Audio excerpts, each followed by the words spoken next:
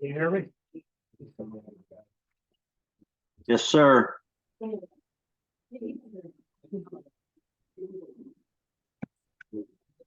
No.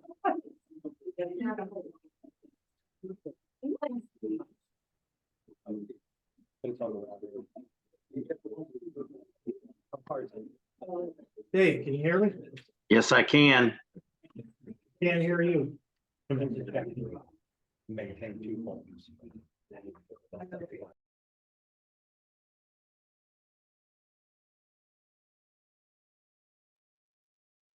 Can you hear me?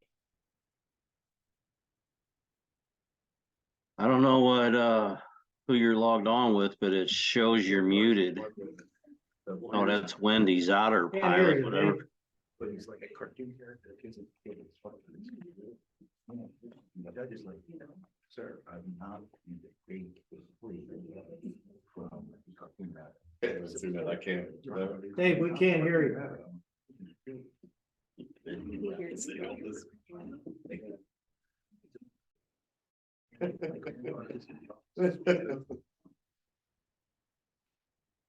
Can you hear me now? No, It says you got me can you muted, hear us? but Nod your head.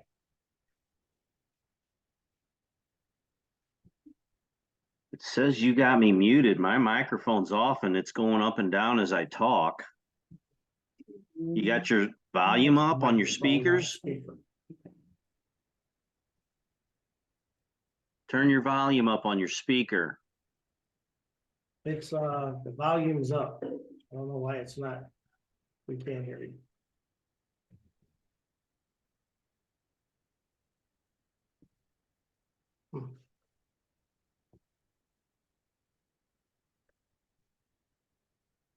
All the way up.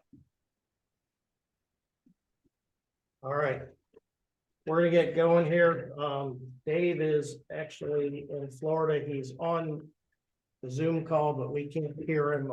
The internet here is down, so we're just going with telephones to connect to the internet for tonight. So Dave can hear us, but he can't. We can't hear him, so he'll text me, I guess, if you need anything. All right, so we're gonna call the meeting to order at 7:02 p.m.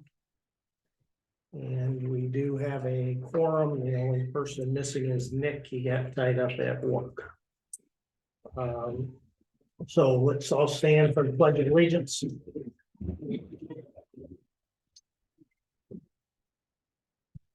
Pledge allegiance to the flag of the United States of America and to the republic for which it stands, one nation under God, indivisible, with liberty and justice for all.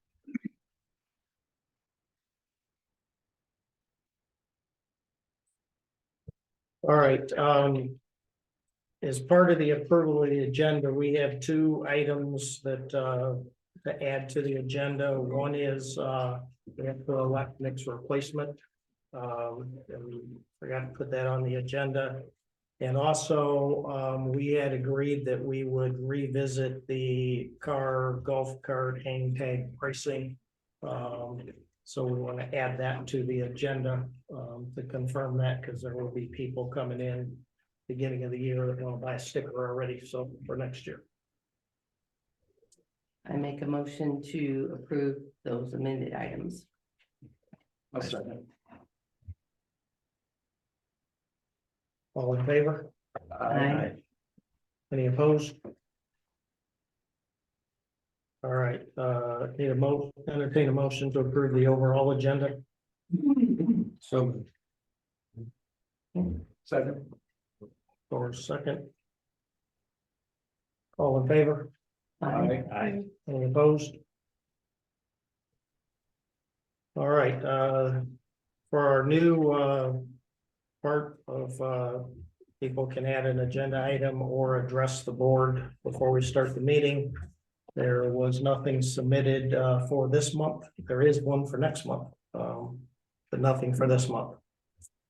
So, we'll move into unfinished business from last month. So the first item, Tilly, your findings on Spectrum. Okay, we took a test, and I'm sure all of you have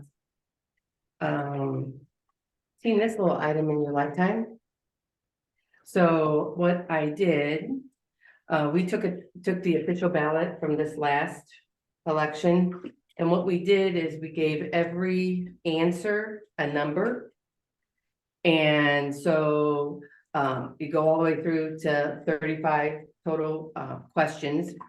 And we make a key that what it will do is just tally up how many ones, how many twos, how many threes, and that kind of thing. And it worked. So we even had, like, I had one of the office, they made like really bad marks to see if it would throw them out, and it didn't. It counted them. The only thing that we thought could be a concern, I mean, this took very little time at all to tally it all up. So what we would have to do is make on our key, like what number one was. For example, we were voting for directors. Karen Beeman was number one, Kent was number two. We would tally them all up.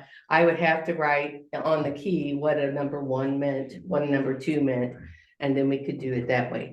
The only other thing we talked about was when a person votes, they need to put property owner or homeowner, so that we could, because remember, we have weighted, so they would have to do that and put that in, but it did work. What's the weighted? Pardon me? It'll double the. Yeah, no, it won't. So that's why we would have to, we put it through, I would get the tallies, but then we would have to separate lot owners and then double with the tallies or whatever for that. Still leaves the amount of county compared to doing. A lot, yeah. I mean, we only had two, yeah, it wasn't very much at all. The only thing that we try to think of, all the scenarios that could go wrong, is if somebody came in and just went, and did all of them, how valid would that be? But John made a good point that, maybe if there's 6 openings again on the board, we would just reiterate to them, you can only vote for 6. So if you have in the first 8, you have all 8, you're gonna invalidate your vote on those things, If they put a yes and a no answer, it's gonna invalidate that. You're gonna cancel yourself out, so your vote's not gonna really count if you just go through and you wanna be mean and just go. You're just gonna invalidate your voting. It's $100 to get these. Dumb question, but the actual scanner. Yeah. Is what? Hillsborough gave it to me. So free of charge. I don't think I have to give it back, but I might, but I told them, they said, you take it, we don't use it anymore.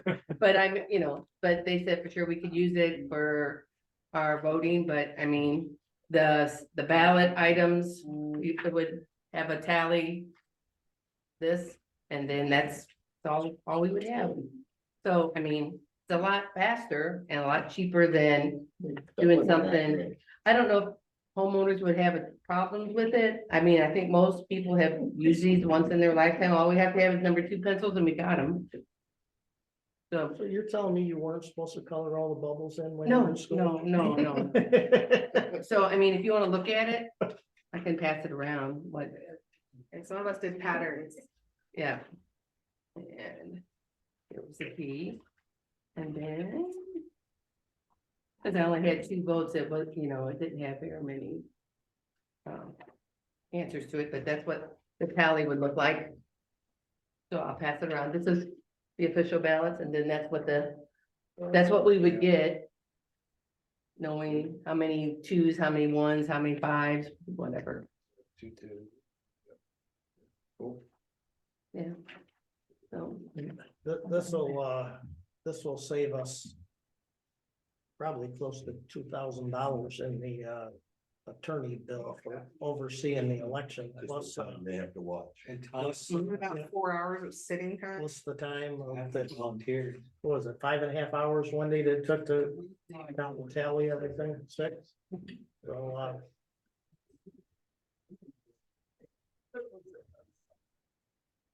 So if the voter felt like, oh man, I really messed this up, you could give them a new one, start fresh. Right, right. Oh, yeah.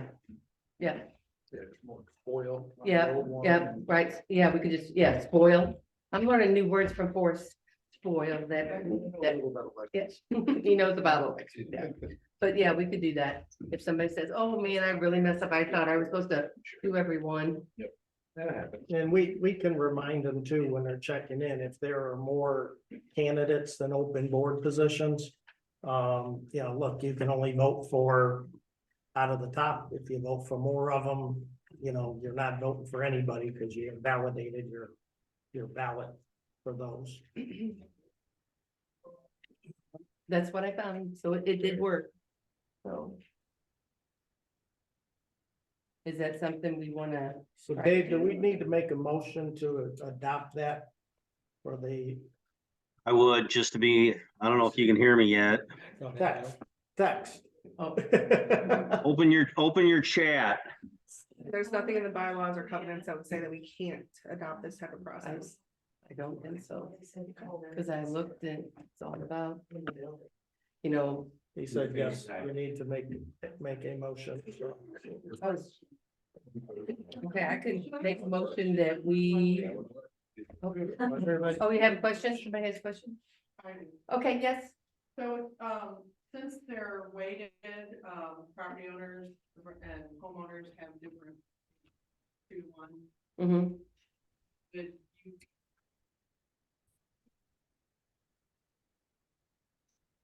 We could do one of two things. The ballots have to be the same. They have to be the same, but we could color code. So the ladies or the men who are given the ballots, because they have to check in and they write down if it's a property owner or a homeowner at the time they give them the ballot. So we could do one of two things. We could possibly code them like a red means a property owner and then no mark on it is a lot owner. And then we can go through them real quick, separate them after we've tallied them. And then say, okay, or what we could do, separate them first and then do all the property owners first. Whatever my key says, how many there were, double it. And then put the lot owners through a second time. I could do it that way too. but it would be written on there by the election person, not the person. Right, yes, when they come in to check in and we check IDs and all that kind of stuff.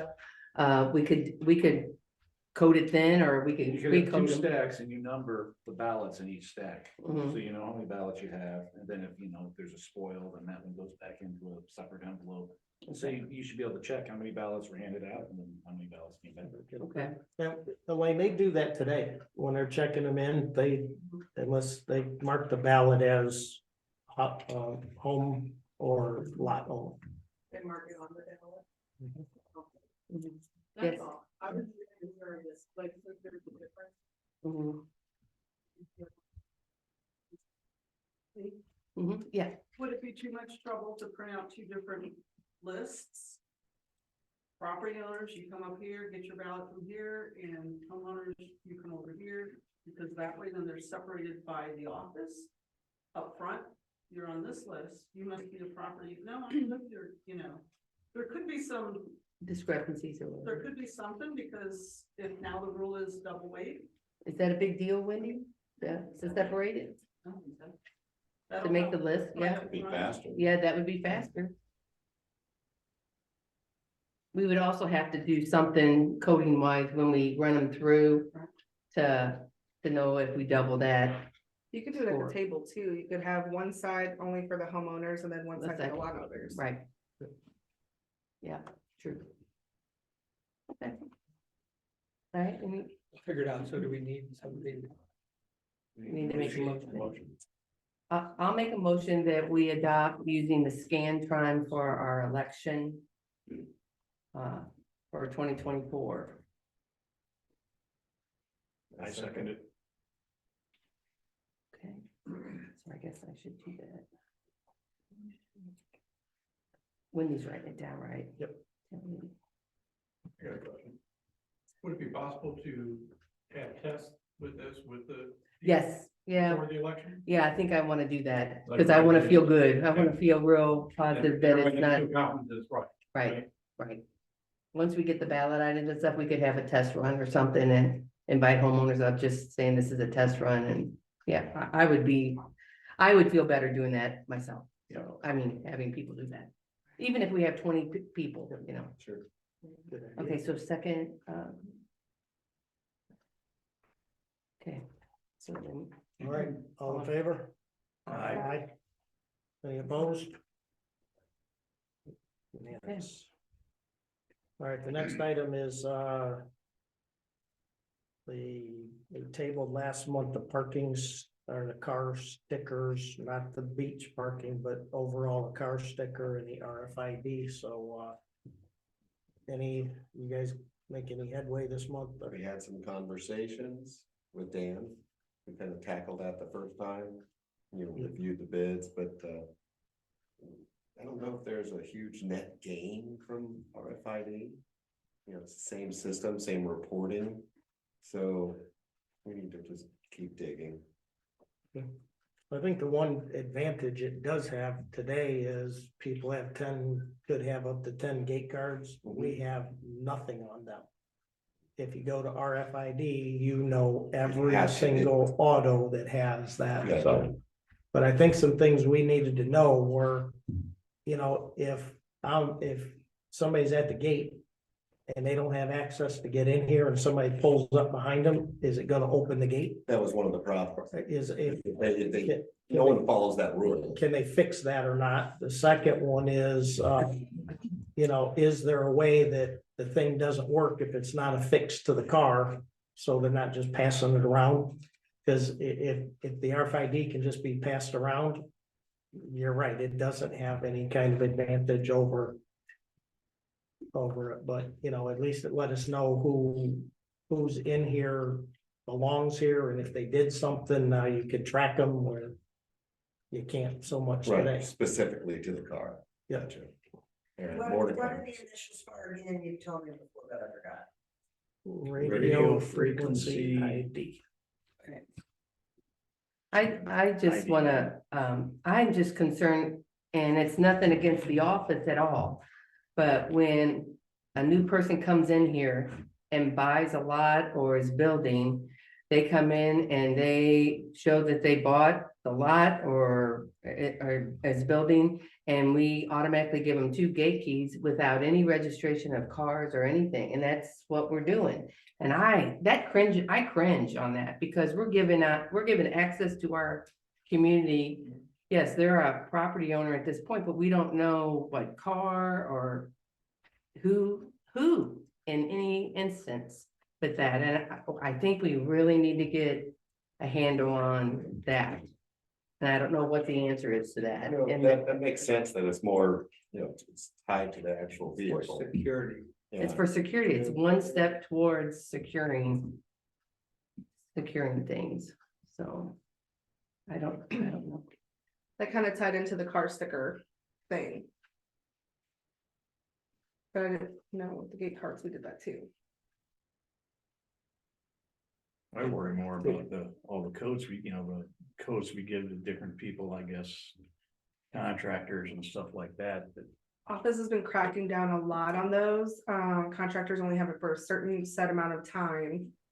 And if they are caught using it at different time periods that they're supposed to be, or if somebody else is using that same code, they're shut off and the contractor's told that they will not get their code back. That the person that they're working on their property or whatever, they're the ones that are gonna have to let them in from then on. They have been cracking down that as far as I know. that's a good thing. Oh, yeah. Desiree, you had a rules meeting, was there anything about? Yes, I didn't get a chance to write out, unfortunately, my thing. I can't think of the word, but you know what I mean? Yes, the committee report, thank you. But we did end up having a really long discussion about it. I think what we had come up to, because there was such an issue about beach access compared to just giving everybody access, that we had decided that everybody agreed for the most part that a $10 sticker for those, if we could get everybody to actually get a sticker, those that don't want the beach access, they just want the sticker, we would do it back to $10. And if people wanted more beach access, we could do like a different color type of thing. And it would just be 15. So it'd just be an extra $5 for them to go to the beach. But that way it still kind of offsets price wise. And then golf carts would still be the 25. That way we're not offsetting it too much compared to losing what we had last year and before that.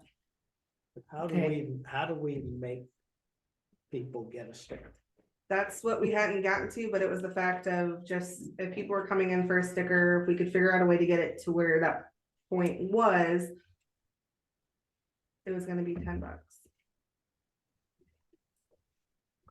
The only thing I have a problem with is, $10 for a sticker, I don't have a problem with that and stuff like that. I think 25 is really high. But I really don't think, because somebody wants to pay more, I'm in good standing here.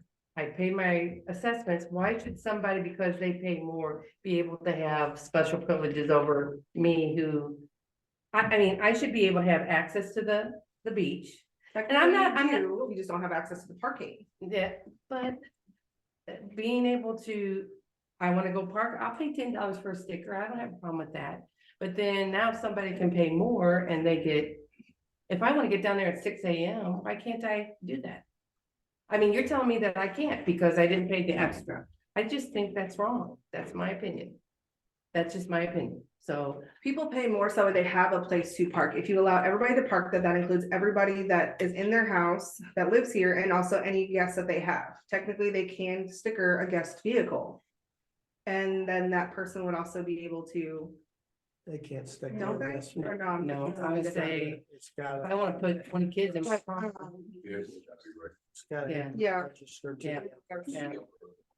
Yeah, I just, that's just me, because I feel like for the first time last year, I felt like, oh, I don't have access to the beach like I would want to, just because on a whim.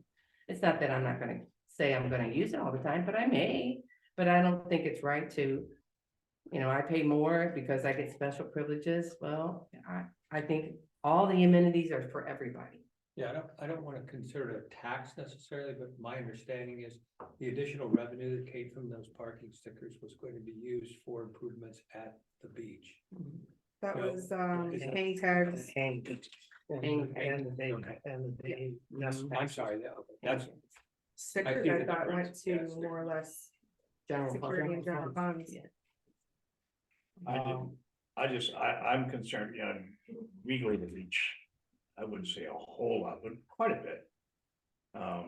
And, you know, during the weekend, on a good weekend, now it can be hard to find a parking spot. But if you have a If you do sticker, anything to increase that, then it's just gonna make it. well, if you have a sticker that's registered to be able to park there, why should my car not be able to have preferred or whatever? If I get down there before everybody, there's nobody there, and I park my car wherever, you know, front and center, and somebody comes up and goes, you gotta move because I got a $5 more sticker than you do, that's wrong. To me, that's wrong. Could That- be- could that's be- The same me. argument is for a sticker compared to a hang tag. Yeah. They paid for their hang tag and then technically the hang tag costs more than the car sticker does. And what is the hang tag people, where can they park? See, I'm Across- ignorant of it, I don't. Across the street. They are not able to park in the parking spots because they're considered visitors. Well, they're a visitor, but I'm a homeowner. I live here. But if you look at it cost wise, technically theirs is 25. I'm sorry, I live here. That's the survey- argument. the It's survey- my amenity. The survey that we put out was resoundingly loud and clear that the owners valued that owner special parking. And let's go back to the numbers here. There's 13 parking spots in the lower lot, plus the golf carts, and there's 18 on the hill, so it's 31 total parking spots that we're talking about that are not across the street. So, you know, when this all rolled out last year, you know, we took a survey of the owners and it was overwhelming that they wanted that owner-only privilege that you paid for, like in those lots. Yep. So that's how it I went think down. Tilly's saying something slightly modified from that. So all the owners said, we want to be able to park there. We don't want visitors parking there, taking up our spaces. This is more of a special part, VIP parking.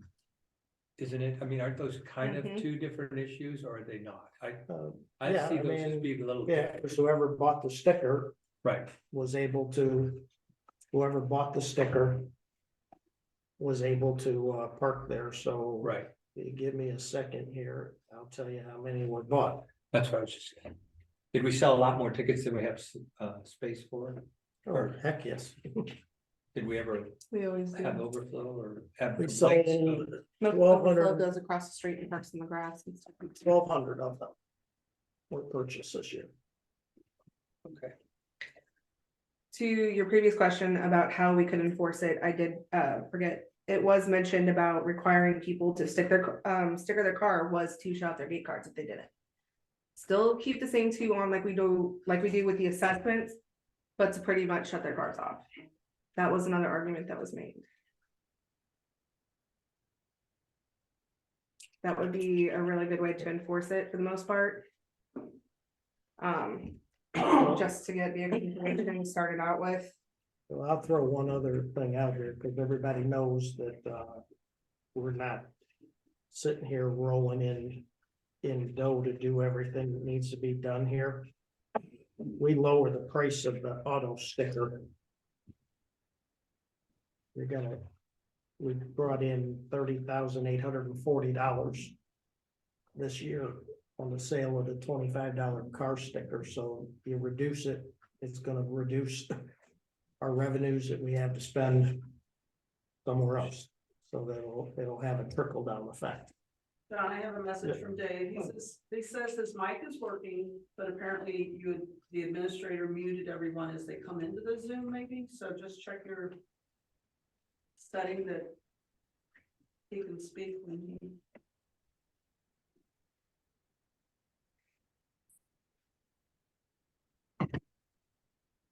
And we can always set it out for a vote or through a survey too, if they're willing to lower their sticker prices and take a dip in revenue compared to Yes. keeping keeping it at 25 for everybody.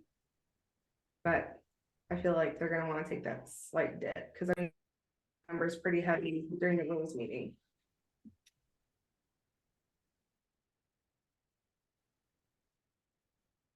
Ask him where it's at. Is that Zoom? Yeah. I don't know, John, I rebooted and tested my I see mic. the mute, but that mutes and unmutes me or us.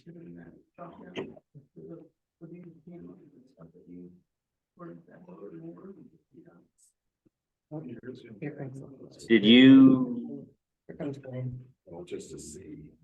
Where's our IT committee? What about looking on him? They're right there.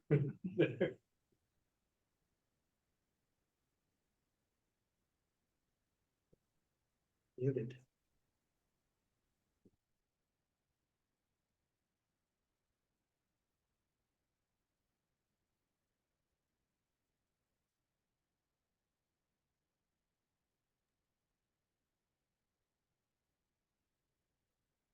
I don't see that it's muted. are you sure your speaker volume is up?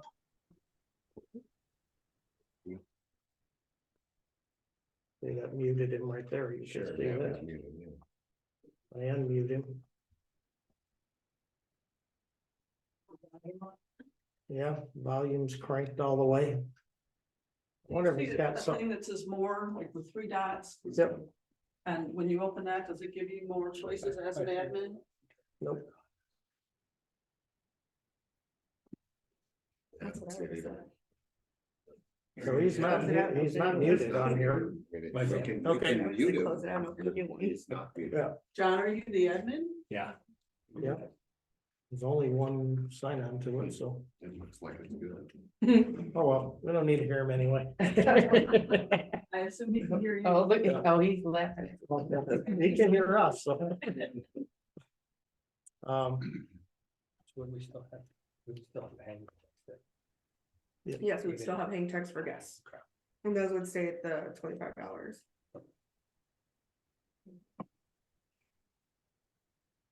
But that's just what the rules. Do they committee came up with. expire? The hang tags expire in a year, right? Everything's usually annual based. Mhm.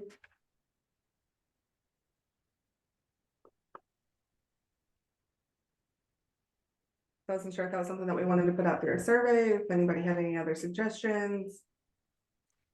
Yeah, Yeah. I mean, my suggestion is, if we're seriously gonna look at RFID, finish it first.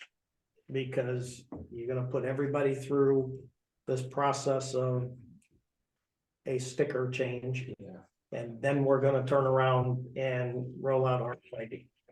And the stickers, even though people may want to buy them in January, Wendy, they are not due until April. So if we are gonna go RFID and get it rolled out, we should do it before we, I think that makes sense. you know, we I should do it agree. beforehand, Let's make the because best that of- rolls most both. important. Right, or it's gonna wait an entire year. Yeah, because otherwise we sold stickers now that, you know, unless we, How long do we want to give it till we decide more or less? February, March? I'd say next month. Yeah, I mean, that's a pretty big, yeah. I mean, that's a short time frame to decide on RFID. Well, Yeah, but we can remove this, we can change the start time. We would have to make the decision before the annual auto stickers are due. well, I Or do think, we go? How long Glenn, would- I think that. I mean, we should be able to answer the open questions, because it's been talked about for a long time. Is we should get the open questions answered. Which, you know, one is, will this thing indeed not let somebody in from driving up behind them? Because if that can't work, then. it doesn't matter. That's a game, that's a. You know, That's a game changer. does it work if I carry it around in my pocket and hand it to Steve, you know? Cause, and then what exactly is the camera change and the price tag to it? You know, I think that's all that, you know, from the company is. And that should give us enough to decide, do we wanna go forward or not go forward, you know, with it, and then we can figure out the rollout of it. You know, at that point, so, Is that the one where they're gonna block the road off here? no, it just changes the access from a card to Oh, this it's the radio gate, it's the frequency gate. ID. So, yes, Rich. Just a quick question about the RFID. If we do change to that, will the front gate have added the gate code that calls our phones to let guests in? No, That'll only be at the back gate. that gate, right. So I shouldn't have a problem with that because it's 14 minutes to go out and around the lake. Right. For my guests. From what I understand is the reason we can't have the guest gate up front is it'll back up the traffic onto B, which then is a danger point. So there's just not enough roadway to let that happen, but with RFID, if your quicker. children come to your house, get the registration, you could get the RFID tag for the frequent guest family if they want. Or you can get it for guest cars. Yep, you're gonna have to register the car. So what happens when my son comes in from Denver and he's here for 2 weeks and he gets a rental car? Use the guest gate. I got a question too, on the RFID. Person has a car accident, what are they gonna do? It's not like they can take their card, put it in their pocket and get through that gate. They're stuck. But I mean, what do you guys? Well, you can still call your phone car. in the back gate and let yourself in. If the office is closed. But no, you can go, like, I have forgotten my key we were coming in from out of town. And somebody was driving me home because our car from the airport and I didn't have my key.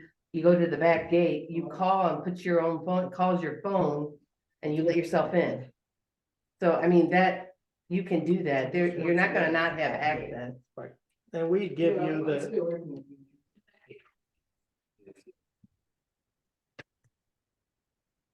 Take a call at 3 o'clock in the morning.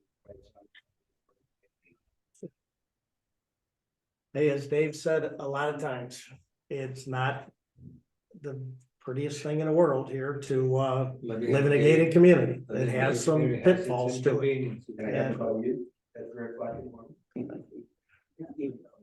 They won't know my code. Yes, What? Yeah. we can't see them over there behind the wall. John, I didn't understand that the actual gate cards we're using now will be dismantled. They would be turned off, yes. So the thousands of dollars that the people have spent on gate cards will be flushed down the toilet. And we're gonna have to buy new stickers for the, or RFID cards for the. Correct. You're talking about a lot of folks have spent lots of money on these cards. Now we're gonna have to redo it again. You wouldn't need a new RFID every year, you would just use it, you would need it when you got a new vehicle. Really?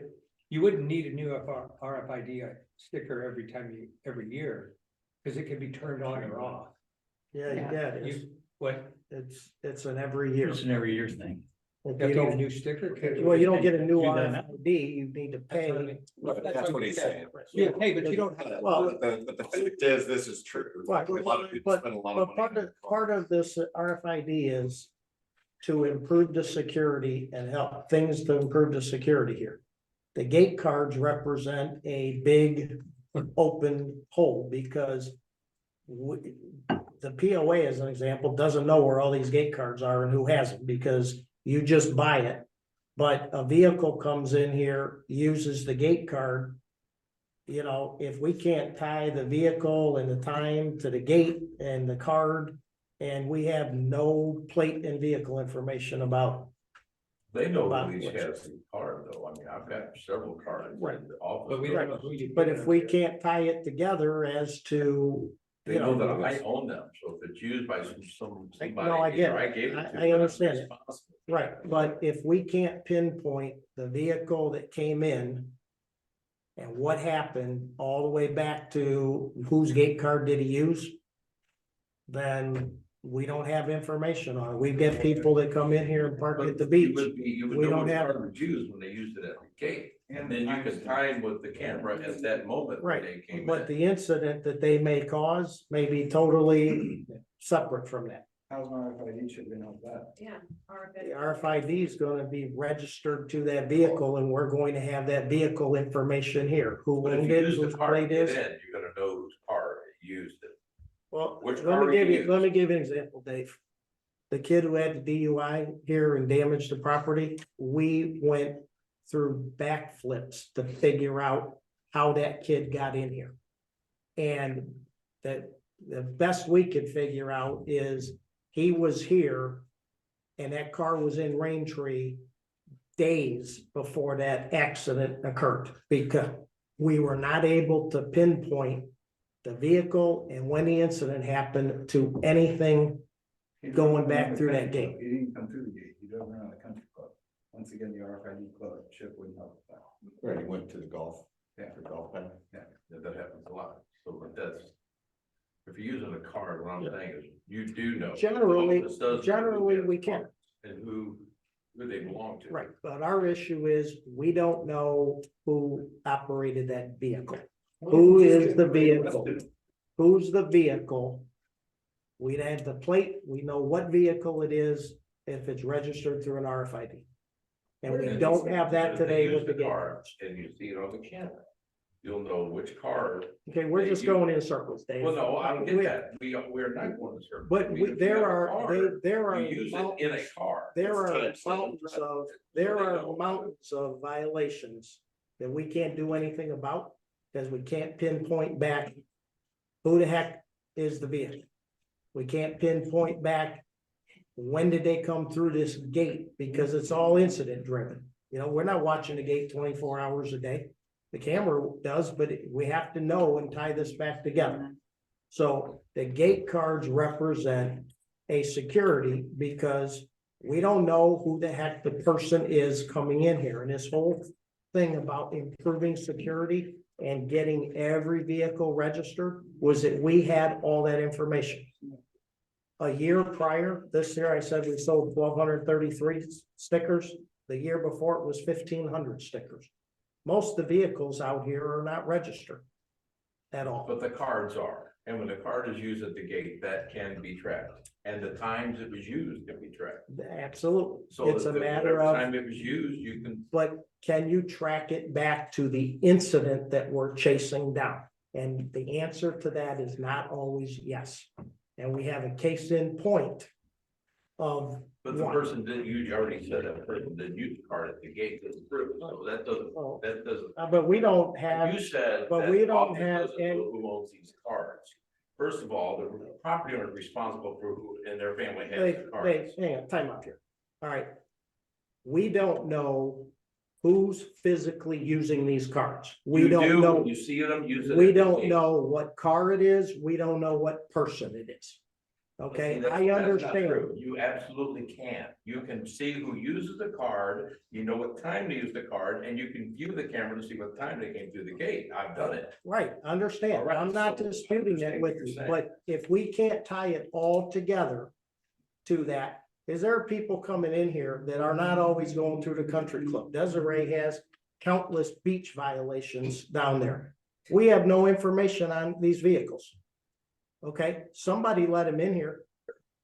You know, I don't think the gate was down every time that this goes on, but we don't have the vehicle information. So who do you go back to? Yeah, it's a big You know, stack. and, you know, and I get that we know who has the cards, but we want the vehicle information and the owner of that vehicle information.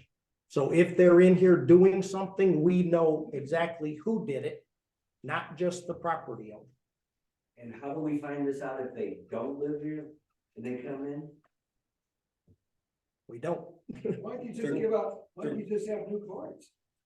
Just make new cards, and and keep good records of who's got them. It's more than the card. It's not just the card. It's the RFID would be registered to a specific vehicle. And like I We said- got the plate, the make, the model, the owner, their address. So if my car's wrecked, Then, then, put it in a car. then you come in here and we'll give you a temporary RFID. So now everybody, We'll give you- everybody can buy 10 cards. How Right. much are they gonna be?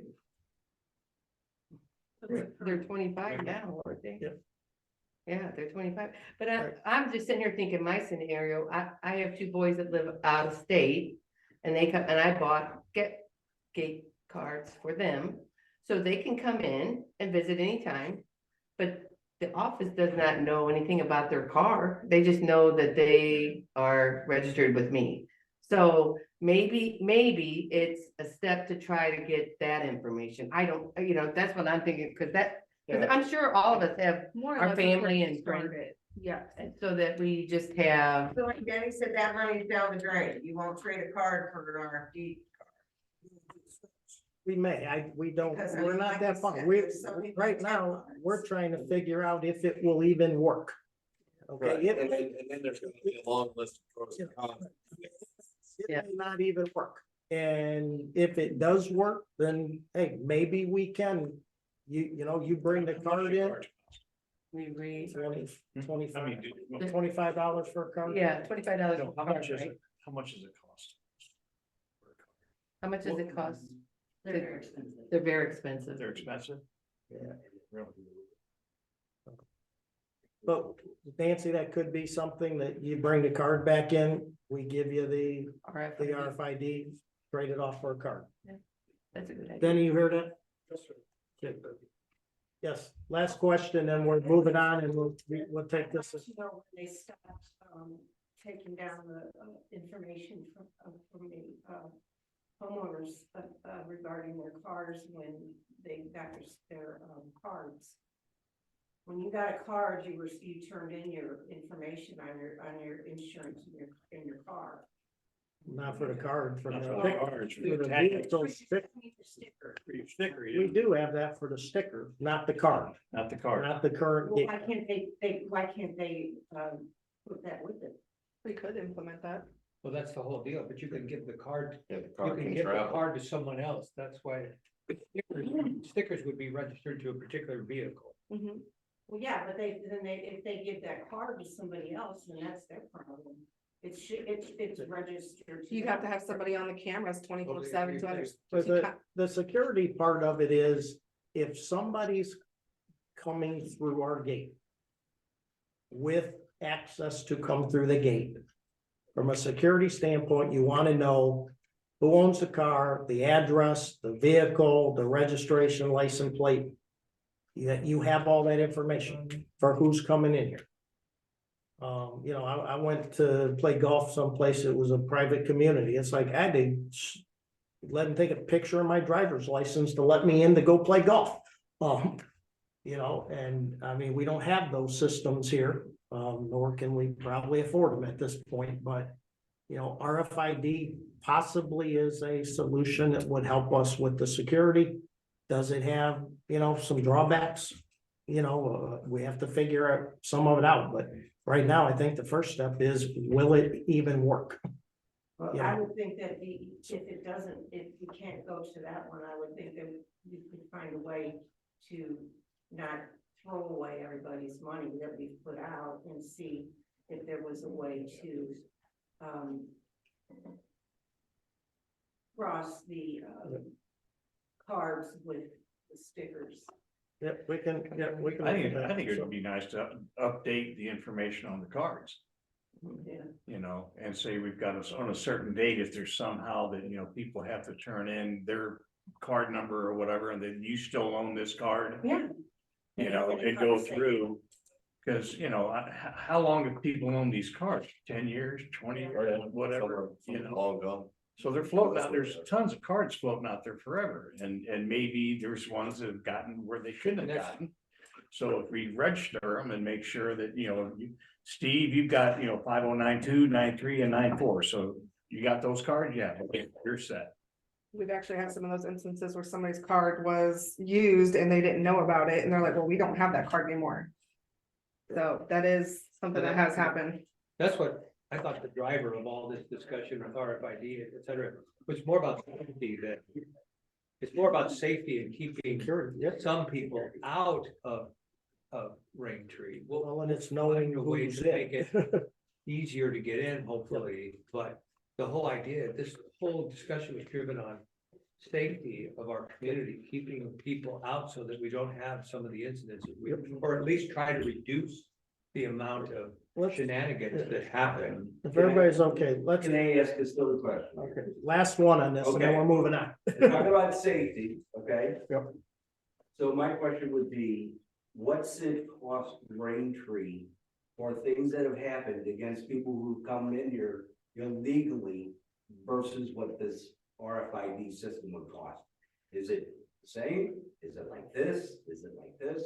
As far as the actual cost of it, maybe it costs $5,000 because they blew the toilets up, but yet it's gonna cost us $25,000 for RFID. Well, it's not just the POA stuff. How about the 30 mailboxes that were wiped out? If it would prevent something like that happening. They get And that- RFID. Was it their Christmas decorations somewhere Well, or something? Just saying, you gotta look and understand, Yeah. and believe me, I know that everybody wants those cards because, everybody gives them out to their nephew or their niece or whatever, and they come in here every month and you don't want to be hassled with it, and I agree with it. I just think that there needs to be some way of getting more information and get those cards updated. So that, at least we're doing something in that direction. That's all I think. I said safety, I mean security, or both. All right, so Glenn, Yeah, so if you need to touch base with me offline, we will we need to find out how this thing works for First of all, yeah, see if If it- it'll work. if it won't work, Otherwise, then we go to the next step of And then registering cards again. we or go something. to the next step in January's meeting. If RFID isn't promising to pursue, we go to the next step, what your committee came up with, and do something with the cards. First comes to worst, I'll give it to Glenn for it. Okay, so Wendy, Yes. this is gonna mean no auto stickers are being sold in January, at least not before the January meeting. Okay. Okay, we could put that out in there. We'll make Okay. a note. The next item that was tabled from last meeting was the ballot item that was submitted regarding adding a 1% fee to the buyer for any sale of a property here. On it, it was twofold. One was to stop and prevent future cost of living items, and the other one was to generate desperately needed revenue for Raintree. And the thought, at least from who submitted it, was that you would not, you as the owner would not be paying more in assessments than you do today, but we get the roads fixed, we get the lakes all handled the right way, and security stuff handled the right way. There were some people that brought up some drawbacks last month too, was that, it could become a negotiation tactic on it, so we gave everybody some month to think it over. For one, I don't even know if it's legal, so I think first, if we want to consider putting it on the ballot in September, we gotta get it to the attorney review, which we can do, because I don't know if it's legal. The other thing is he's gotta help us figure out if it's gotta be an assessment, because if it's not an assessment, it will make all our revenue taxable, because we'll no longer meet the 1120H requirement for our assessments not being taxed. And we talked about this last time. Does it have to be specifically say the buyer pays it? Because ask the lawyer if that's how it has to be. If the buyer, is that just part of gaining access to rate? It can't be the seller, or they can negotiate whatever they want to, but in our Right. terminology or our wording is gonna say the buyer. The buyer. Yeah. The question was, you mentioned the seller's gonna pay it anyway. Somehow, some way, whoever's gonna pay for it, but It's gonna say buyer. as far as the terminology, it has to be the buyer, and can we charge somebody before they, I guess, as soon as they buy it, they're I mean, I at don't closing. know, I mean, I know that you want to join, like this is a private community. You want to join and buy into a private country club. You're paying, Yeah, you pay initiation. you're paying your way in to get to be there. But I think where we're at right now is, do we want to move it forward to the attorney review or? Cause I personally feel it's worth investigating, see what the attorney says.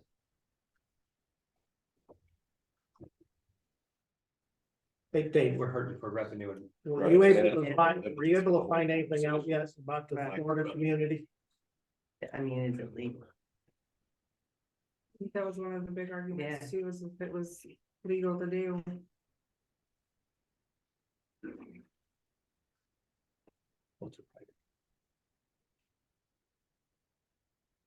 Did he text you? You did. Can you guys not talk by telephone right now? Probably because the microphone. Is he on FaceTime on the phone? He's on Zoom. So. Call them up and put them on speaker. Do you want me to- At least for this. It's at least for this. Maybe. Okay. He's waiting, he's waiting to get here back from, the person who submitted it.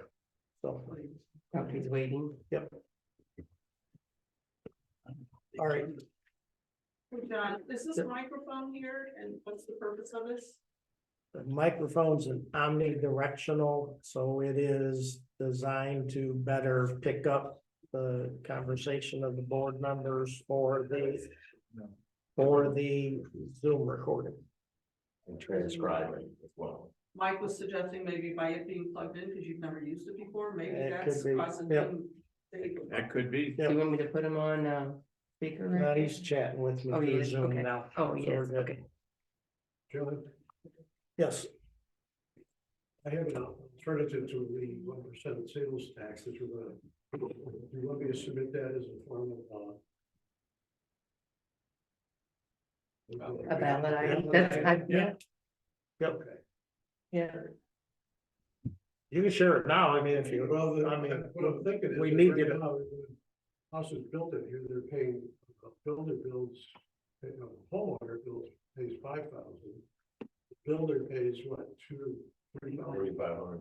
Well, instead of refunding half that money back to them, we keep it. We'd have to change the covenants on it. well, we have to Right, change them But with if this. you have 18 houses built like it was last year, you're talking almost $100,000. It's something to think Yep. about. Okay, please submit it. Okay. That doesn't cover the sale. That's only new. This would be the new bill. This is, this bailout item was for any house sold, like I sell my house. I like this $3,000, and that's a good thing. Because we need the money. No, he's saying it's an alternative. Huh? He said this is an alternative. This is just an alternative. Yeah, I think Denny, I don't know if you caught last month, the proposal was, that, you know, it's built off, and I'd have to get it proofed out, I don't know, is that a person moves every 5 years.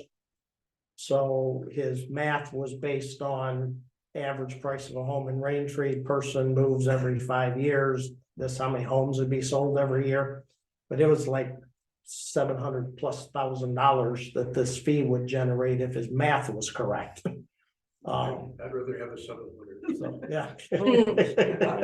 Seconded. All right, so. I don't think we need a motion, but just a show of hands. Is everybody okay with sending it for the legal review? Yes. Yes. Anybody opposed? Okay. You and I will have to get that through. All right, I think the auto sticker, we already decided what our path was with that going forward. The hang tag was $25 last year. Lot owners could also buy it for the first time last year. I think it worked well. We sold $15,000 worth of hang tags. So, Yeah, they were only allowed, I think, by one. Was it two for home, for lot owners too? lot owners couldn't buy one at all previously. But everybody could get two.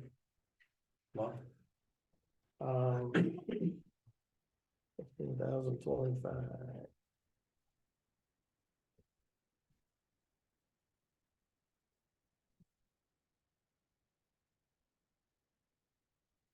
There were 601 sold last year. Yeah. So that's the money that goes to lakes and beaches. Yeah. The day pass. Nobody bought them. It was $25. No one bought any There last was no year. point to it.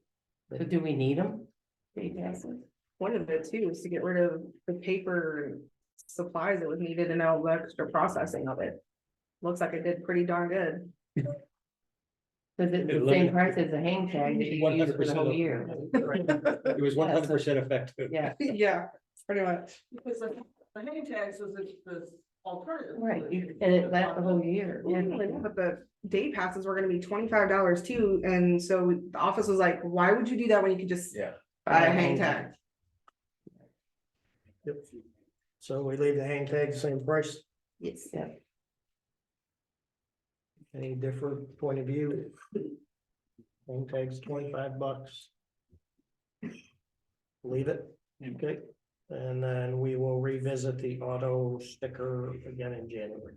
Yes. All right, we're gonna make a pause here before we go into new business. So we get our new board member in place. On it, so we received 3 resumes for Nick's replacement. Gary Jean submitted 1, Karen Beamet submitted, and Denny Schwantner submitted a resume. So everybody should have a piece of paper. So write your name on it and fold it and pass it this way. Need my vote, I'm voting for, not letting. One name of who you're voting for on the paper. Not our, Preferably not. Okay. no, sorry. I thought he said it, our name. No, the name of the person you're voting for. You have the, And I will. resume in your paper. Yeah.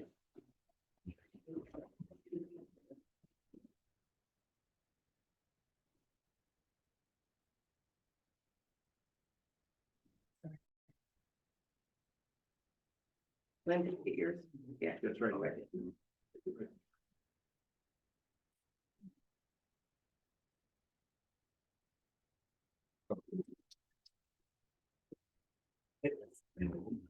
So I told her to leave it over there. Dinner?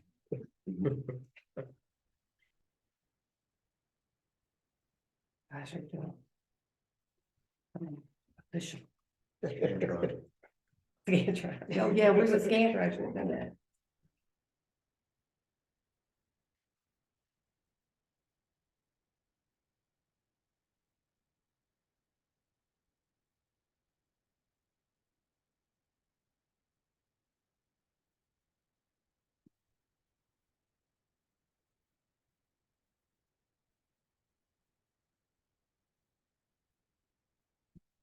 Seven. Yeah. Yep. All right. All right, Denny is the new board member. For September.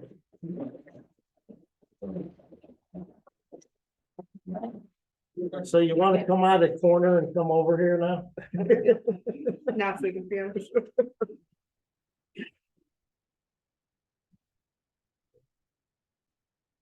Denny will serve until September. And, Yes.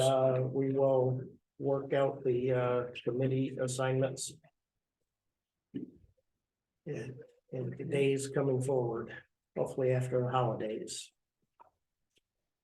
All right, new business, or Yes, okay, at our most recent ACC meeting, we got plans for a residence to be built on Cotton Blossom Drive. It'll be below the house. The T-box on number 2, it's 2 lots. And they are requesting a variance to allow the deck to come out 4 extra feet from the back line at the 30-foot building line on the back. That's on the second piece. Correct. So the committee, the builder was here, the committee looked at it and voted to suggest approving the variance to this board. I have basically a drawing here. We can-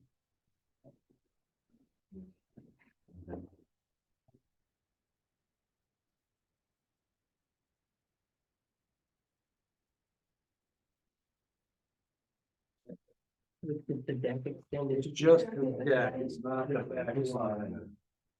No, the committee, The people who- You're gonna hear me cuss a little better though. Well, it's. I just need to Seems to check. be for that's what I rules, but- check what I do. I think it's just show for the rules, but- I just, these get into the danger zone over there. I just having become. Did you you see it, you should- Yeah, it's not right. Yeah. And they said, well, here's a binder, you can be. It's like, oh, no. It's just with all the like the procedures and like how everything's supposed to be done. The lot is two lots together, so it's a half an acre, and so the house is gonna be long. Yeah, so he's wanting that deck to just come back 4 more feet. So the back of the house will still be 30 feet, but just that. And again, the committee, after discussion, voted to suggest that this board make that variance. I don't say it's fine. You wanna make the motion? Okay, so I make a motion to adopt the recommendation of the ACC board to allow this 4-foot deck variance as submitted. What property, can you just say what property it is? It's, Lot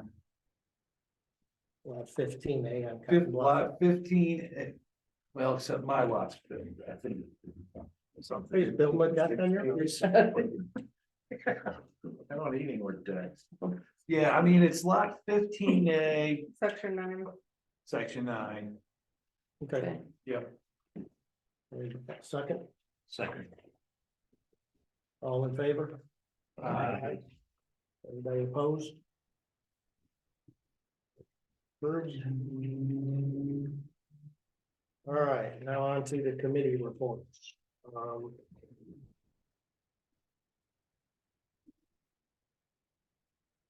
So in November, we received $29,497 in assessments, $10,070 in interest, and we have $89,000 in escrow at city. On it, our delinquent accounts are down from 399 to 325. That's the beginning of the month. This is the box of lien paperwork that's getting signed off on to go to the county. So if you haven't paid yet, get it in before the first of the year, because those will be heading over to the county.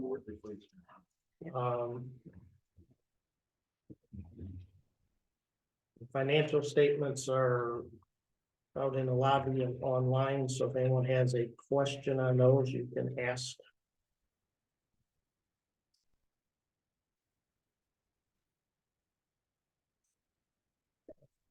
Monthly check report,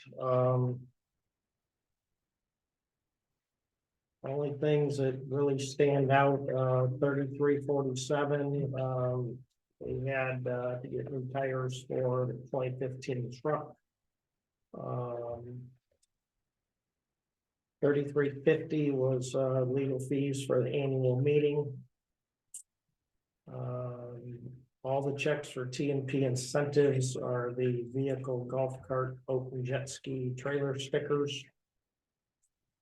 Then we also had the personal property tax, which is 3367 to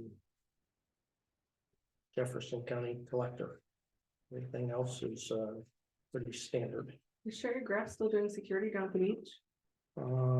I think she had a couple of days in the warm weather in October. That's what that represents. But no. I'd have to stop you to check it. What did you say the TNP was? Open jets? Those are the 4 different the types of stickers themselves. We have to buy the stickers or we sell the stickers. Oh, okay.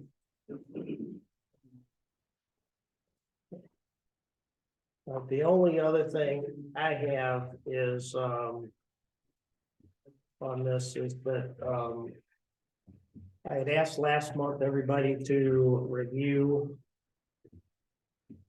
the financial statements and give me any, thing that you needed added into the budget, for the upcoming calendar year.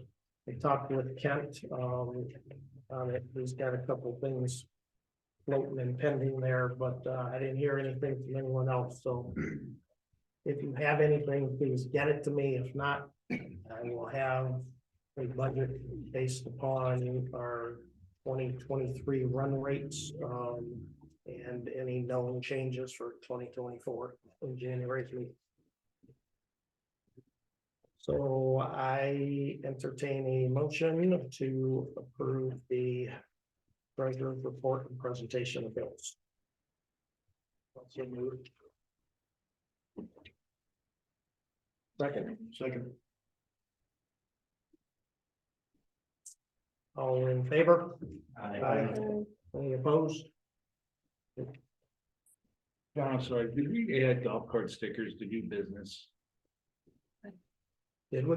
Well, I know there were two items added, and I wrote a letter board replacement and golf. cart That stickers. golf cart, it was the one above it. Okay. The vehicle stickers. Oh, okay.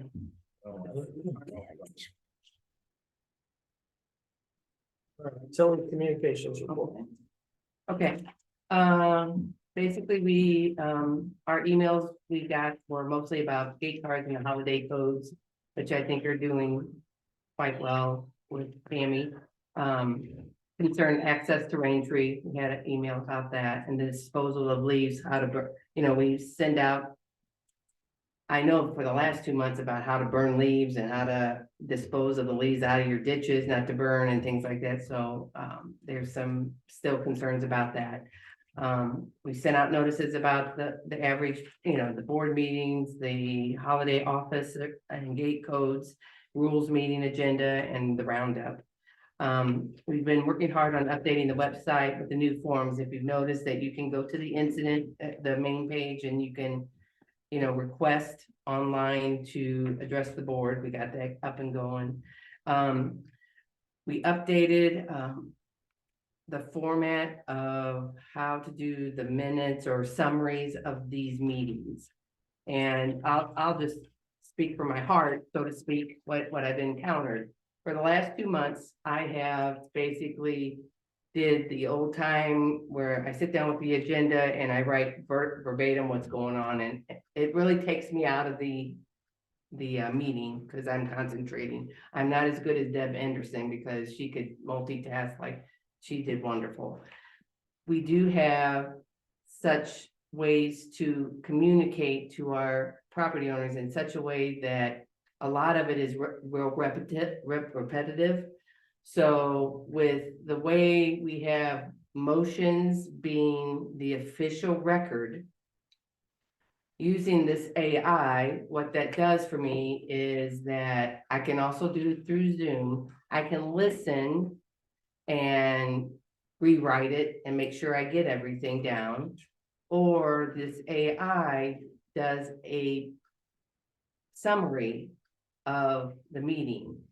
And what I did is I did both for October and November. My way of what I thought minutes or summary should be following the agenda, and then the AI way. The AI way saves me a lot of time because it's already written. The only thing, on occasion you would have to change a word. Instead of gone, it had gun, certain things like that. But you can also, it makes everything in a written form that I can check that actually went on to the meeting. So it does make my life a little easier. Whatever's best. I just think that we have motions and that's what the official record is. And if I do this summary, now I've been told that if I do this summary, tomorrow I will get on this and get this all typed up. And by Friday, I could have it out because it's not something that the board would have to approve because it is the written interpretation of the audio. Now, we wouldn't send out, because you could, if we had a 3-hour meeting, you might have 50, 60 pages of AI of every word that was spoken. So the summary of it, basically, the words that are used the most and the topics and things like that. And it was pretty good. I would say 95% of it was correct. And so what I did, and we posted, is it posted? I think it is posted. It's called Summaries, and it was AI generated. So I feel like we have to educate our property owners that it's not the official business of the board meeting. It's more of a summary. And that I can get it out faster, because it's always, I mean, you're a month behind, because you have to wait to approve the minutes or the motion, I mean, I don't know, I'm just real simple-minded. They So- know it's a transcription. Yeah. Just the to, It's just for, if I for could- information purposes. Yeah, it's for, clarify- yeah, Can I just John. clarify one Yeah. thing? The recording, whether it's Derek's or the Zoom recording, along with the motions, are the official record of the meeting. The summary is just to try to address those that prefer to read versus listen on it. So the summary is not an official record of the meeting. It is just a, AI transcribed. It takes the Zoom meeting, transcribes it into words, gives us the summary. And Tilly just reviews the summary, not to change the summary, but like she said, sometimes it'll say Kent said something, but I said it, or it'll say Glenn said it, but it has me captured. She'll change that. That speaker hopefully is going to correct that and help us out with that. That was a Zoom recommended thing, so we'll see how it works this month. If it doesn't work too good tomorrow, when Tilly and I are doing it, it's going back to Amazon. From there, so this is just, as Tilly said, another tool. The one nice thing about this is that we are subject to Missouri Sunshine Law for all of you sitting here. So when you have a committee meeting, it needs to be posted ahead of time. And there has to be minutes from it. So the minutes could be the Zoom recording. It's simple to use Zoom. I could teach all of you in 5 minutes how to use Zoom, other than how to get Dave to talk, but that might have been. And then basically we can do the meeting summary for you as well. So basically all you have to do is read the summary and edit, what the mic maybe didn't pick up correctly enough. So, I mean, it records it and you could just look at it and go, yeah, that's what says it, and then that could be your minutes or your documentation for That's the what we meeting. said. So, yeah, it's just. So it's Not too hard. Does that stand for audio interpretation or It's what? artificial intelligence. I don't know why. Same, though. I like mine better. Yeah, yours would be, but basically it's Are you a, serious? it's Not a, serious. Yeah. that's what AI stands for. Mhm. Oh. But Well, and I think, when you start looking at me writing, like following the agenda and writing things down, and then what the summary was, that was pretty spot on for the most part. And like, John has said that the motions are the official and the audio is official. I can get the summaries out by Friday after the meeting, so people can say, oh, what went on at the meeting, and they could look it up. I mean, to me, That's really beneficial. I think that's a benefit, because, what happened last month, well, I can't even remember, I have to go back to my notes and I'm there. So it's more of a tool to help people know what was discussed. And Tilly, I appreciate your active participation during the meeting instead of scribbling. Because that would be me as a secretary, not being able to participate, like, okay, write down. Well, So I look at would what rather- Deb did, I just have to kudos to her, man. Yeah, she's awesome, I'm just not that awesome. So I would rather you be you at this meeting. and if it was me, I couldn't even read what I wrote later. As long as I get reports from you all, that helps me check, because I don't know what all you do. Well, and we're, part of what we're working on with the website, it's not ready yet, is that all of you should have a written committee report, even if it is, I got nothing to report this month. And those will go on your committee page on the website, so people can see what happened, because we've asked in here, you just, what happened last month briefly, what's new, looking forward next month, and not go through a whole huge report in the meeting. All right, Tilly, anything else? Nope, that's it. All right, on to the committee reports, administrative and legal. Dave, you got anything? Type it in. He's saying no. No. All right. ACC, Yeah, we met, December 5th. We approved, basically a culvert, pipe or gravel down Lincoln Drive in his existing home, but it was being washed away. And so there was some discussions. I think he's going to just, use gravel. There's a new home and boat cover going up on East Vista. The home that we discussed on Cotton Blossom, and then a deck remodel on Plantation Drive. thank you. Yeah, Lakes and Beaches, So I'm anticipating a quote from Aqua Services for lake vegetation soon. I know I said that last meeting, but I think he was not hesitant, but waiting to give me a quote until he gets his prices for the new year. We used to get our quotes mid-year, I think. I don't know, because I didn't do this before, but when we had 6 months budgets, it was different. And so I hope to get something from him soon. The other companies I contacted have not even returned my phone calls, so we're there. Greg Kirkpatrick, the previous chair of the Lakes and Beaches Committee, had a conversation with a company called Clean Flow, which has a treatment process that reportedly reduces sediment, reduces aquatic vegetation, improves water clarity, and improves fish populations. He passed on information to us. If any of you had an opportunity to look at it, it seems quite compelling to me, and I think we need to review that. He has the company has a number of asks, which I think are relatively simple, but I think this needs to go through Lakes and Beaches as a committee first, but I see no reason to not tentatively plan on moving forward at this time.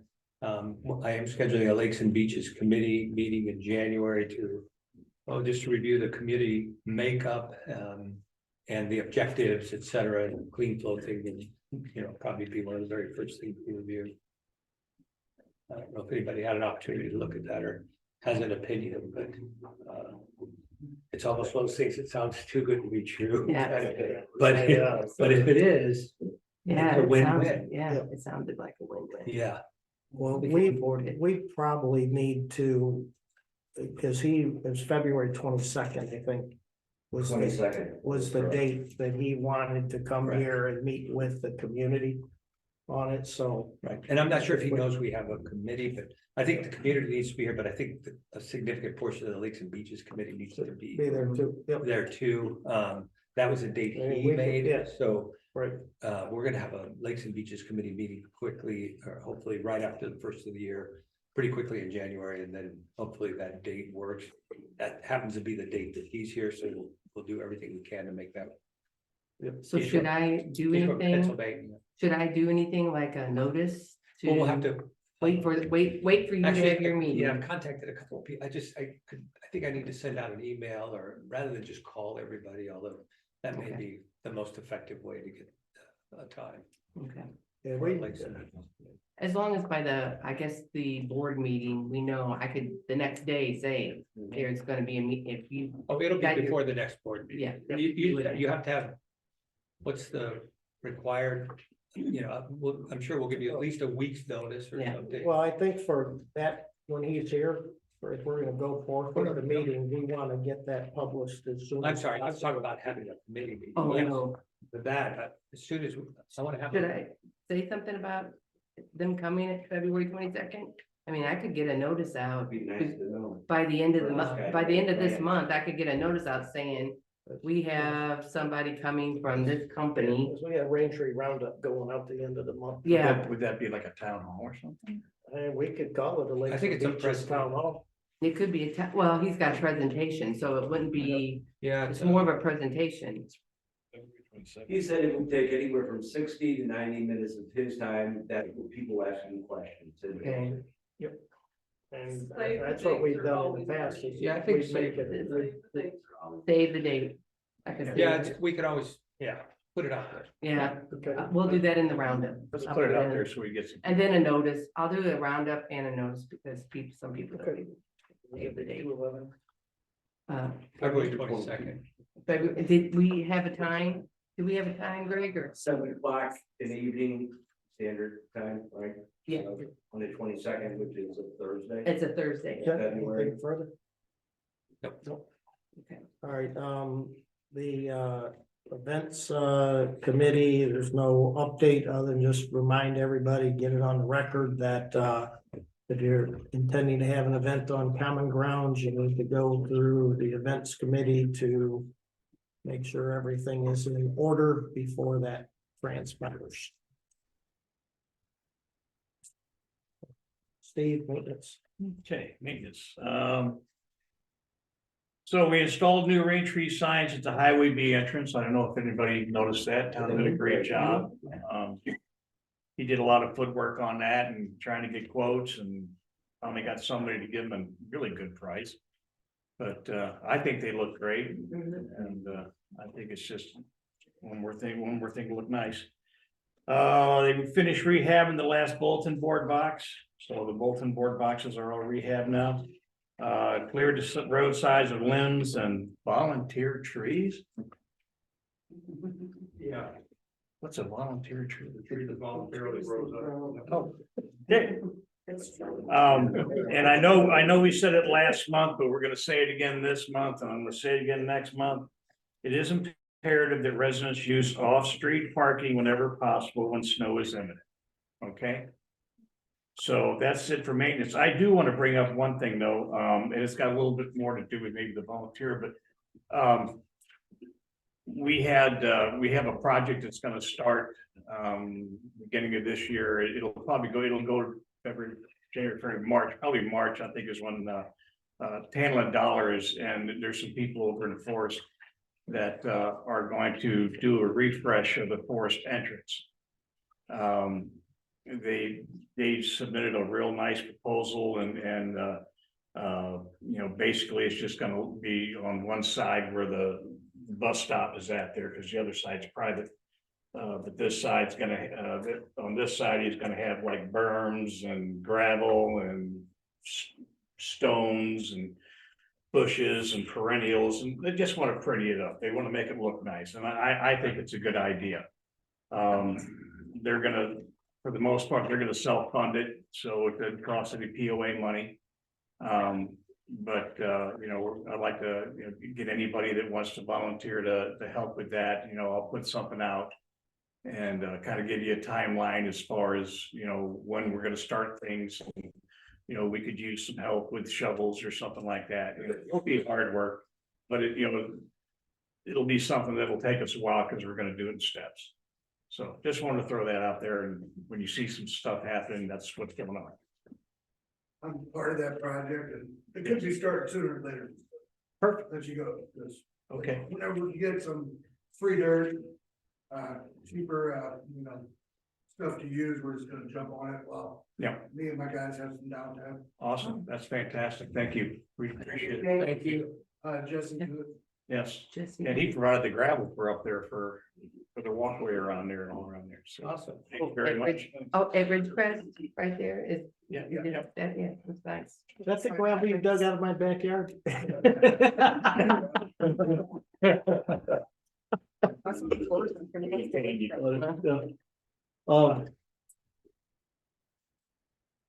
See, when you do these self-funded volunteer projects, volunteer, what they're doing, you put out, I mean, how do we as a community know that we could help? Well, I think Tantalent's gonna try and handle that a little bit. Now, that's a good question because, you know, they said, I asked them point blank, you know, do they need any funding? And at the time, she didn't think she did. Maybe later on she might, and we may have to vote on some money. But let's say the same company that helped us with the mulching out here last time. They donated $250, so we got all new implements and stuff for doing that. They gave us $250 towards that again. So there's $250 in their coffer, but she says that they're going to self-fund it. Now, if she wants to do a GoFundMe or whatever, something like that, if she wants to take donations, we can put that out there as well.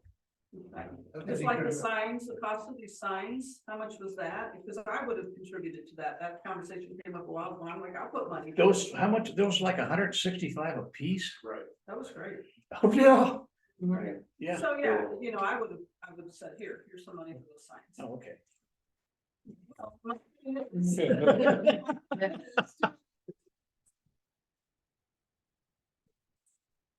We.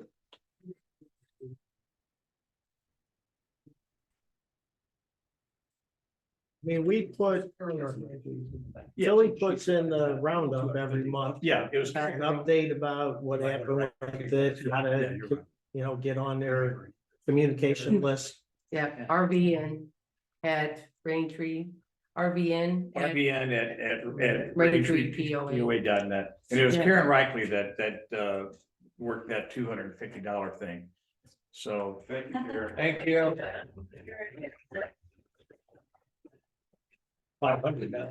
Yeah, now it's All fine. right, I'm going backwards here. I do have the administrative report. But Dave shook his head no, so I skipped past it, but office has been working on updating the non-paid accounts into the system so we can see it quickly and easily. They've been updating property files in the gate system to reflect the people that haven't been paid yet.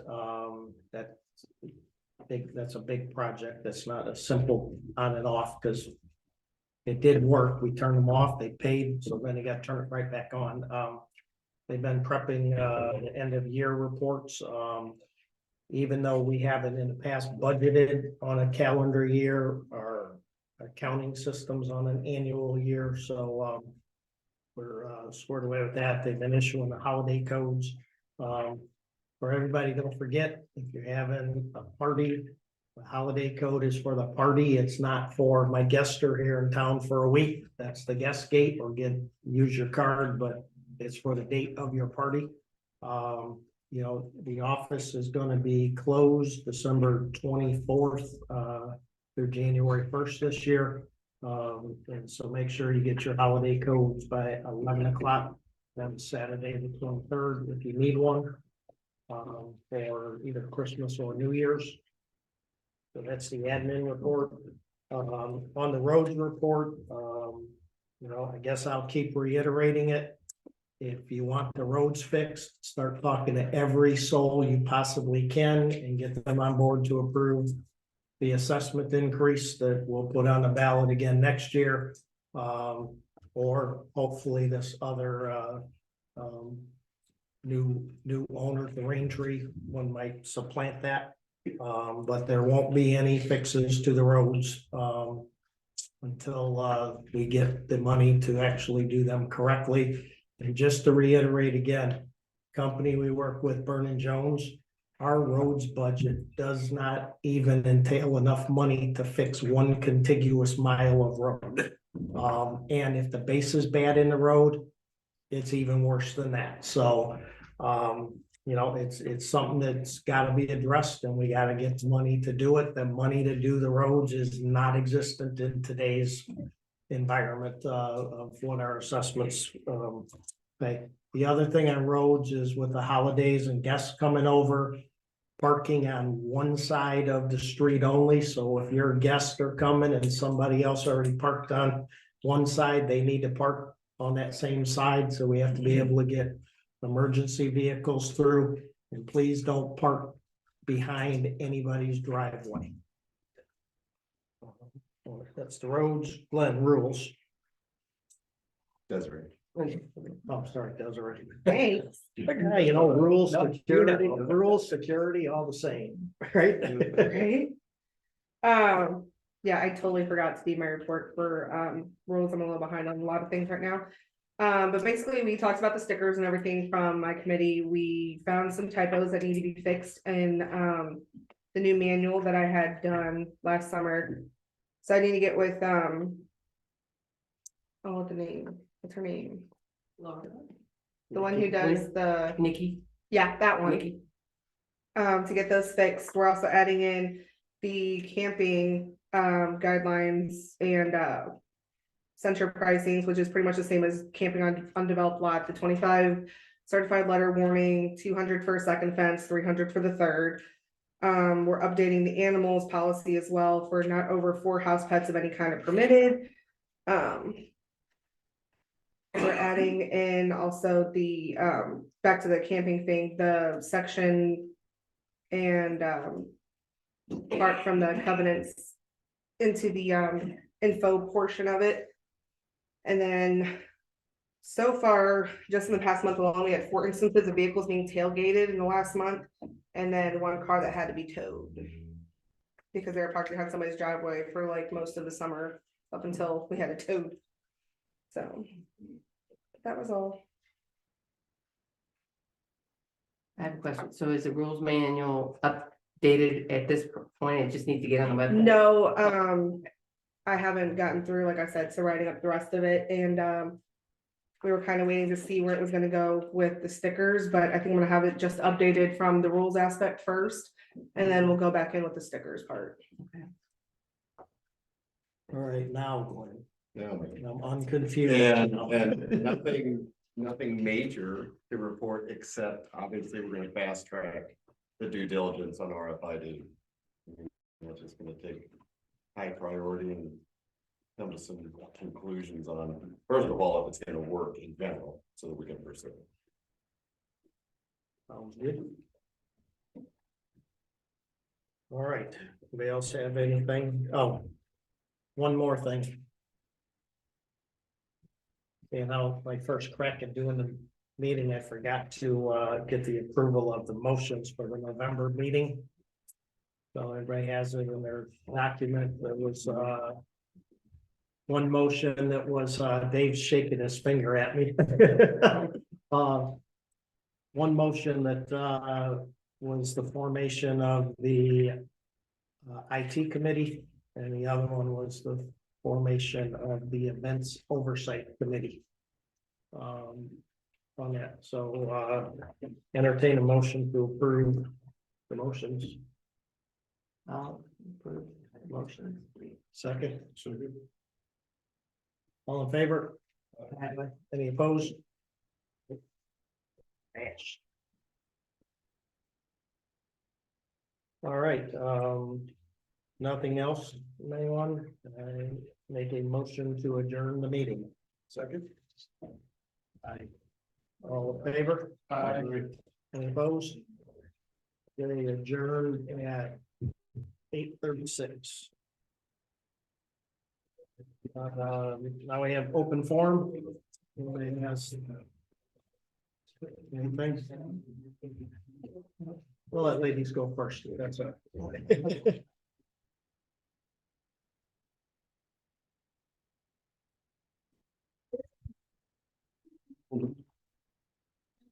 needed to do. How long did it take to get it implemented? Good question. And I know that I've looked at in terms of the bid and the estimate is just a piece of equipment that is installed quickly. Now, the buying of RFID stickers and the admin of all that. You'd have to leave that's cards on for a little while, but I'm sure the transition, you'd have to let the cards you work for a while until we got everybody switched over, but. I guess my point being, if this is gonna be revisited in January, once you find these answers out of whether this will solve our problems, you know, is it fair to believe that by April 1st, when the current system is no longer, when they expire, the current stickers, you know, do we have enough time to get it? And I think it's a great question and one that has to be answered. Yeah, it just. Do they even have, you know, the company that would install the RFID readers, do they? have time on their schedule to? Have the equipment at that time. Yeah, we can figure it out. I mean, one thing that could be, if we know that we're going there and they say it'd be ready in June, you know, then. Let the gate cards. Let it roll until. Or the stickers work until Let it June. roll Yeah, until I was gonna the say, RFID's ready to go. if you would delay the. You'd have Just to. like you said, you almost have to do. You'd have to do something. Yeah, like you've gotta that. have That's- some kind of. you know, first we gotta see if it would even work and we can afford it. all the rest of the questions don't really, I mean, they matter, but. I'm fairly certain from Yeah. last time I looked at the bid, if the bid is still valid, I believe we have the money in the security special assessment from Correct. several years ago that would cover it. It's just a one-time. Other Except the than, stickers. other than buying the stickers, RFID stickers. I don't know what that. Lady or us. Wasn't these, when you all did the poll about what do we want to see as a community, security was number 2, number 1, and was it roads and security came up as? 1 to 2. Roads, Yeah. then security, yeah. Security was one, Roads was 1, security was or 2. 2. Hence the reason of going down this whole path of talking about RFID. Exactly. Stickering every car, all the conversations that we're having is because the community said this is important to us. Exactly. Okay, can I ask, no, you go and I'll ask no. Where does, censure money get recorded? Like when we do collect censures, what is it in an account, or we see it receivable? There's a Profit and separate, loss there's a account. separate number for it, it just goes in the general. It just goes in the general fund. And in my defense, it technically should be higher. I'm just a nice person. Don't always make everybody pay. That's your assessments right there. That's it, thank you. But it's nice to have that ability to. Look at something. And say, yeah, this is reasonable. Well, I was gonna tell you year to date how much there were. I think it was 8. Cause I was looking through that actually. 85-25. Yeah, it was 8 something.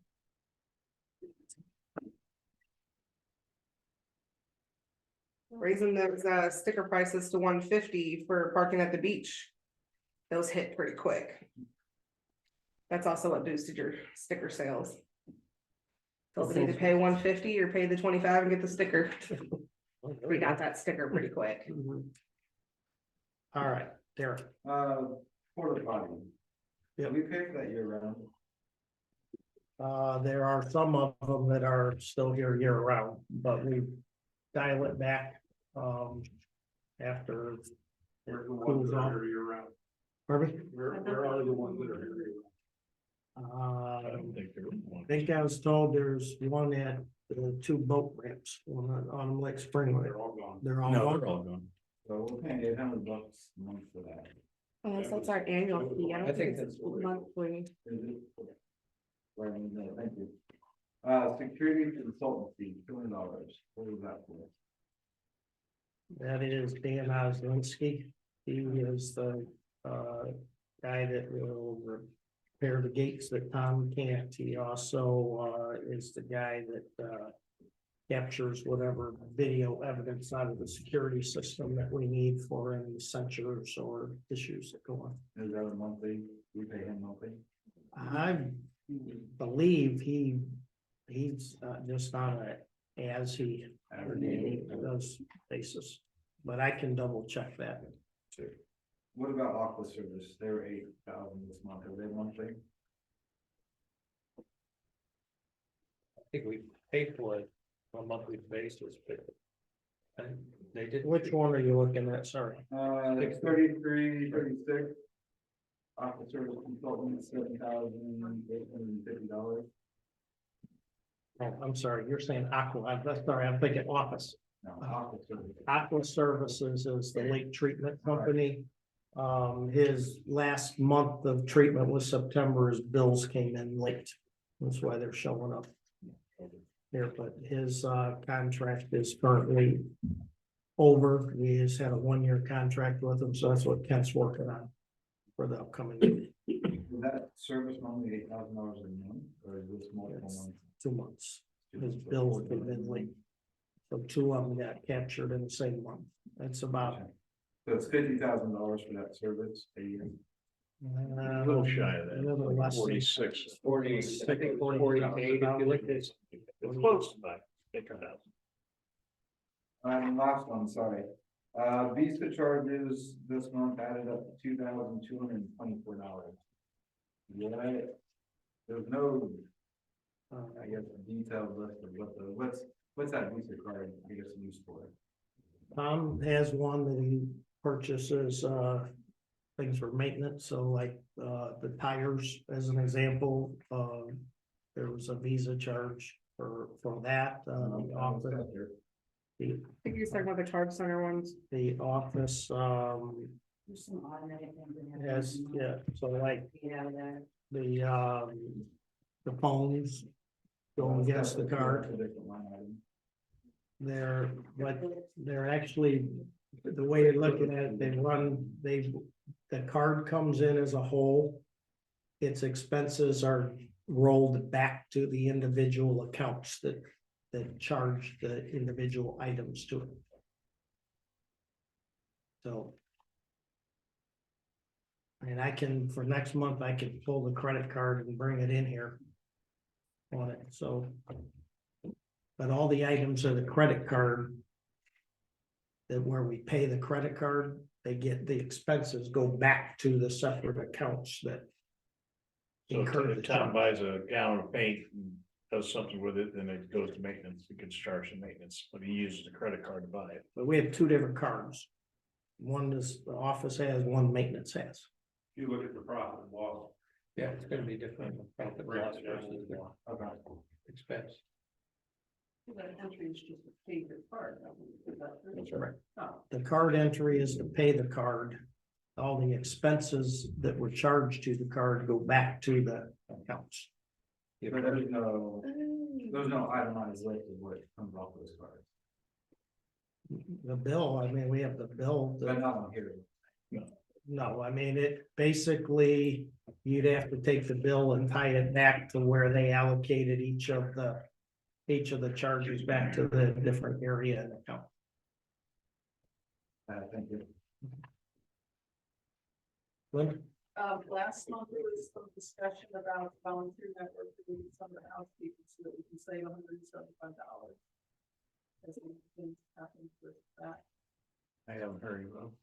Another thing about that. Well, I'm sorry, were we gonna put out an email that says maybe we could use some help volunteering to clean the office?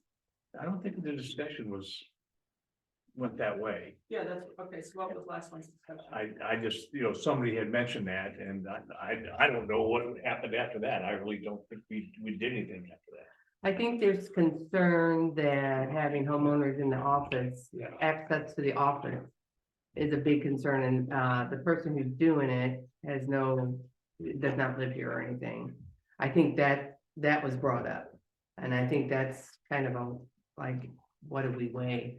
175 is not a lot of money, Right. really, to clean the whole thing, and supposedly she does the windows and everything else, but she has no interest in that facility over there, so I think there was concern about that. I don't know.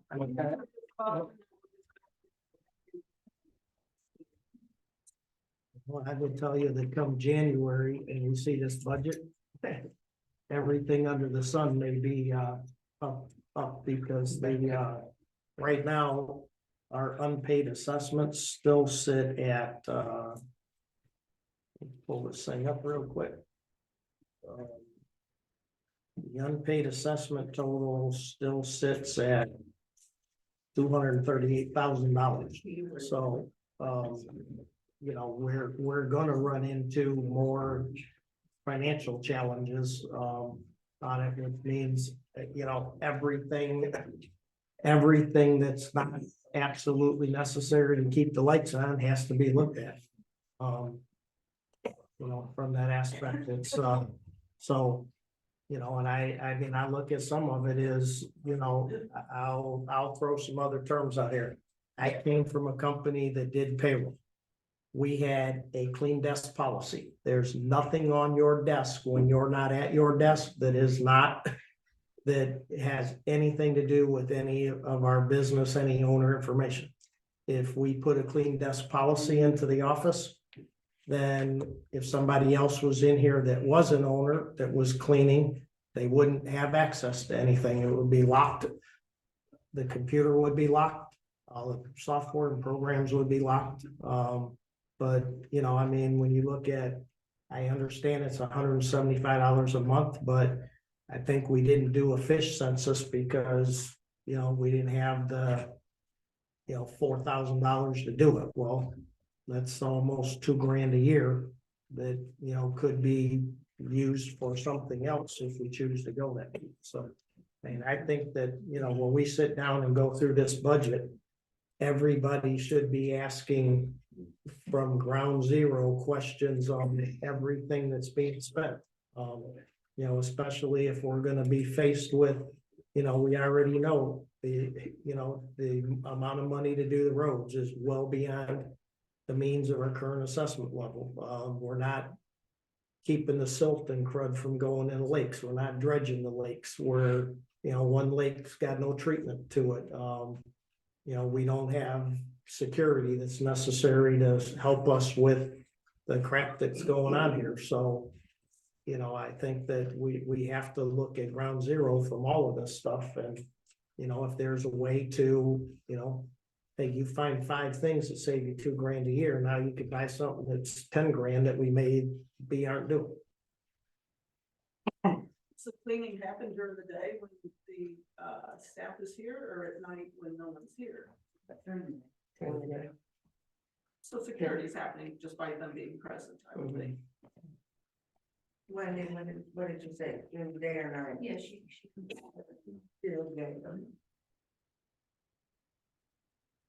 And we didn't hear from anybody that, I mean, did you hear from somebody to say that they would do it? I think it was, Greg, was it your wife or something? They-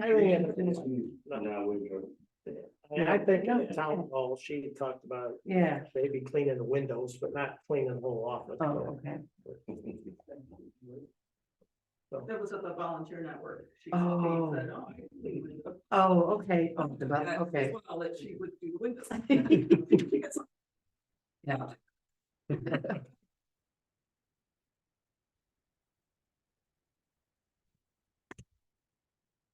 Anybody else? Why wasn't this meeting posted at all the gates? I didn't really see any of the, It was, was it? it should be there now. Okay. Someone for ACC, but not for us.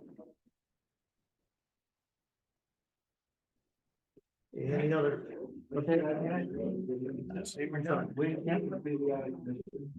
Yeah, but not only is it out of commission, I don't think the company that supports the one that we have anymore, so what's that, buy it?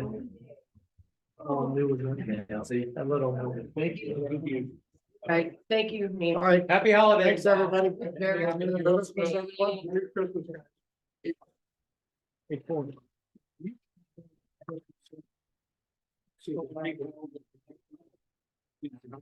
They ready to go?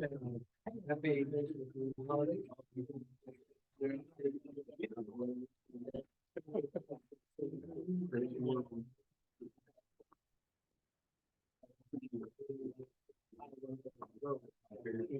I didn't quite hear you. The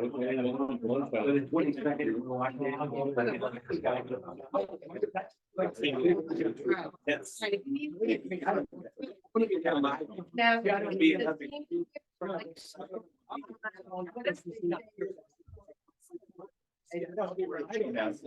Yeah. All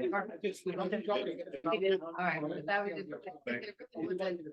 Hi, Dave. I'm like,